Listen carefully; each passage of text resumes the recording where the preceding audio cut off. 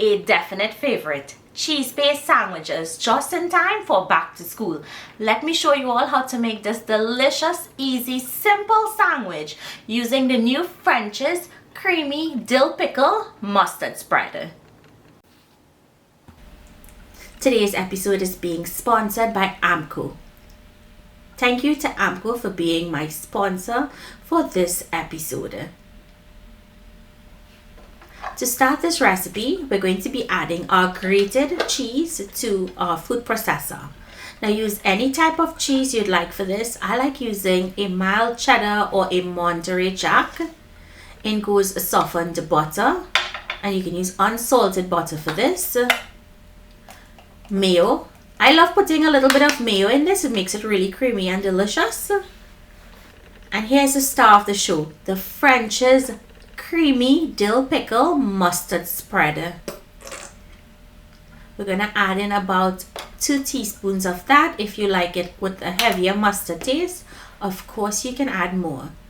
And we must add in a little bit of pepper. I like to sneak in pepper whenever I can so that my son gets accustomed to spicy foods so that I don't have issues with feeding him. So that's just my trick in dealing with pepper and spice.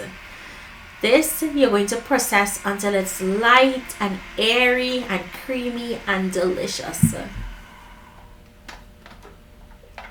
I love making it in the food processor.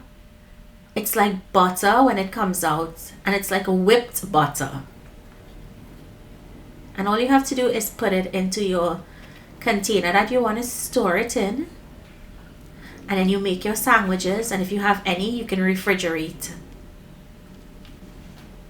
You guys can see how whipped and light and creamy and airy this looks. It's absolutely perfect. And you just spread it onto your sliced bread. Now my son loves for me to leave the crust on the bread, but if you wanted to cut off the crust, of course you can.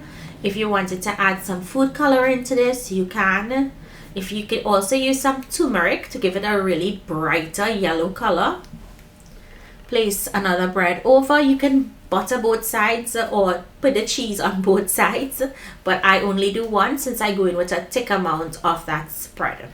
And just cut it into triangles, which is the traditional shape of a cheese-based sandwich.